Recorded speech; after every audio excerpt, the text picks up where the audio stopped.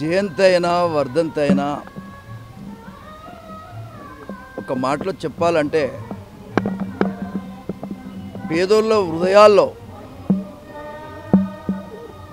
చిరస్థాయిగా నిలిచిపోయినటువంటి వ్యక్తి. దేవుడు అంటే ఎవరు? ప్రజల కోసం పనిచేసిన వ్యక్తులే దేవుళ్ళు. అటువంటి మహానుభావుడు ఎన్టీ రామారావు. ముఖ్యంగా బడుగు బలహీన వర్గాల కోసం, అట్టడుగు వర్గాల కోసం ఒక వ్యవస్థనే సృష్టించినటువంటి సృష్టికర్త ఎన్టీ రామారావు. ఎంతోమందికి ఒక మాటలో చెప్పాలంటే ఇవాళ ఏ ప్రభుత్వాలైనా మేము పెన్షన్లు ఇస్తున్నాం, ఇండ్లు కట్టిస్తున్నాం, రైతులకు కరెంట్ ఇస్తున్నాం, ఇవన్నీ కూడా ఎన్టీ రామారావు గారు మొదలుపెట్టిన తర్వాతనే. ఎన్టీ రామారావు గారు ఇచ్చినటువంటి స్కీములనే కొనసాగింపుగా ఏ ప్రభుత్వాలైనా ఆ స్కీములను వాళ్ళు తీసేయలేరు. ఆ స్కీములను కొనసాగించాల్సిందే. కాబట్టి దానికి మూల పురుషుడు ఎవరంటే ఎన్టీ రామారావు గారు. ఇలా ఒక్క మాటలో చెప్పాలంటే బడుగు బలహీన వర్గాల వాళ్ళు ఇవాళ ఇండ్లల్లో ఉంటున్నారంటే, పక్కా గృహ నిర్మాణం జరిగిందంటే దానికి కారణం ఎన్టీ రామారావు గారిని సందర్భంగా నేను తెలియజేస్తా ఉన్నా. కాబట్టి ఏది ఏమైనా ఎన్టీ రామారావు గారు లేనటువంటి లోటు నిజంగా ఎవరు తీర్చలేనటువంటిది. ఒక్క మాటలో చెప్పాలంటే ఎన్టీ రామారావు గారు 2 రూపాయల కిలో బియ్యం ఇచ్చి పేదోళ్ళ ఆకలి తీర్చినటువంటి మహనీయుడు. ప్రక్కా గృహ నిర్మాణం నిర్మించి ఎలాంటి ఇబ్బందులు లేకుండా చూసినటువంటి మహనీయుడు ఎన్టీ రామారావు గారు. అంతేకాదు వ్యవస్థలో అనేక రకాలైనటువంటి మార్పులు తీసుకొచ్చి బడుగు బలహీన వర్గాల కోసం, దళిత వర్గాల కోసం ఆయన ఒక వ్యవస్థనే సృష్టించినటువంటి సృష్టికర్త అని సందర్భంగా నేను తెలియజేస్తా ఉన్నా. అవినీతికి వ్యతిరేకంగా పార్టీని పెట్టాడు.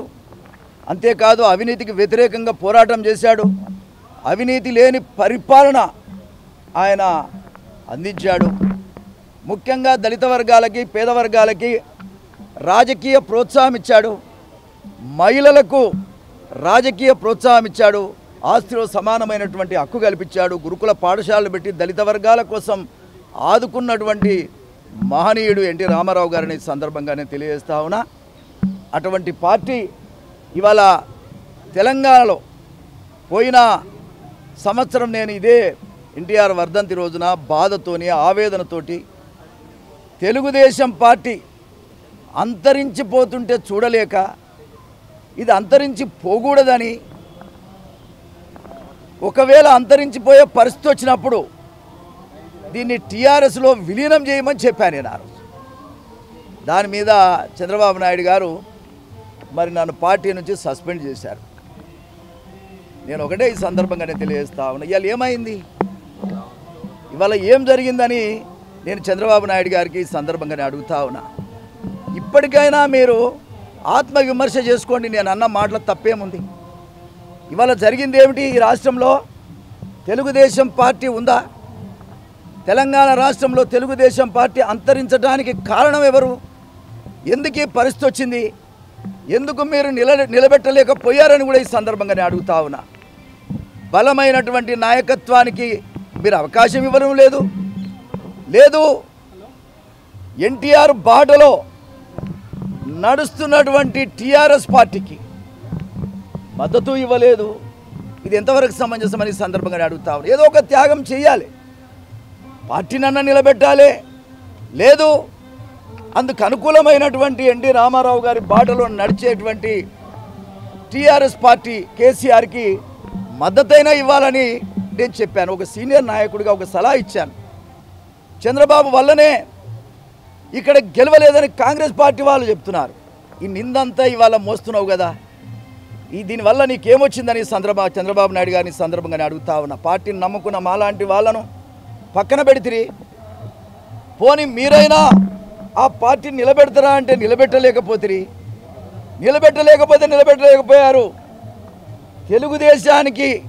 తెలుగుదేశమే టీఆర్ఎస్ పార్టీ. ఒక మాటలో చెప్పాలంటే అందులో ఉన్నోళ్ళంతా కేసీఆర్ దగ్గర నుంచి కింది వరకు ఉన్నోళ్ళంతా కూడా తెలుగుదేశం పార్టీ వాళ్ళే. ఒక పెద్ద నాయకుడిగా కేసీఆర్కి తమ్ముడో మరి ఇప్పుడున్న పరిస్థితులలో చేయగలిగింది ఏమీ లేదు, ఈ పార్టీని కూడా నీకే అప్పచెప్తున్నా అని ఒక మాట చెప్పింటే ఇవాళ ఆయన సంతోషంగా ఉండేవాడు, ఈయన సంతోషంగా ఉండేవాడు. 2 రాష్ట్రాలు బాగుండాలనేది నా కోరిక. ఒక సీనియర్ నాయకుడిగా మీరిద్దరు బాగుండి 2 రాష్ట్రాల్లో పరిపాలన మంచిగా చేయాలనేటువంటిదే నా కోరిక తప్ప మరొకటి కాదు. ఇప్పటికి నేను 6 సార్లు గెలిచాను. నేనేదో ఎమ్మెల్యేల పదవుల కోసమో ఇంకో దానికోసమో ఆస్తుల కోసమో బతికిన మనిషిని కాదు.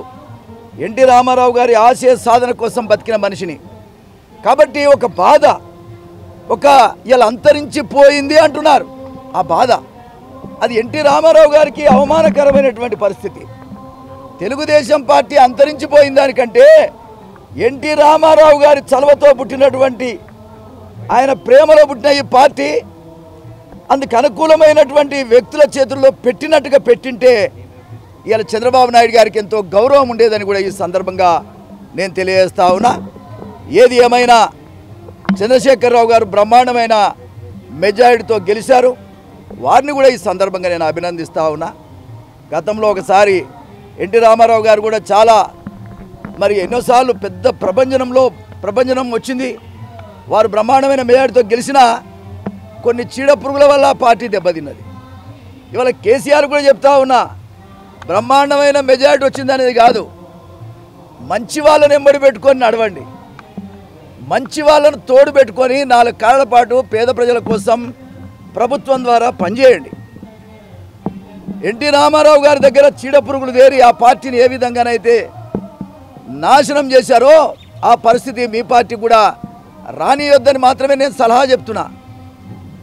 ఏది ఏమైనా ఇవాళ ఉన్న పరిస్థితులలో మరి ముఖ్యంగా ఎన్టీ రామారావు గారు వర్ధంతి కానీ జయంతి కానీ నేను చాలాసార్లు చెప్తున్నా కేసీఆర్ గారు, అయ్యా మీరు కూడా ఆయన సహకారంతో ఆయన దయ వల్ల పైకొచ్చిన వాళ్ళే. ఎప్పుడు కూడా నీతిని మరవరాదు, రాజకీయాల్లో నియతి ఉండాలి. అన్నం పెట్టినోడికి జ్ఞాపకం చేసుకుంటే మంచిది. నేను ఎందుకు చెప్తున్నా అంటే ఎన్టీ రామారావు వర్ధంతి కానీ జయంతి కానీ ప్రభుత్వ పరంగా చేస్తే బాగుంటుంది అనేది నాకున్నటువంటి అభిప్రాయం.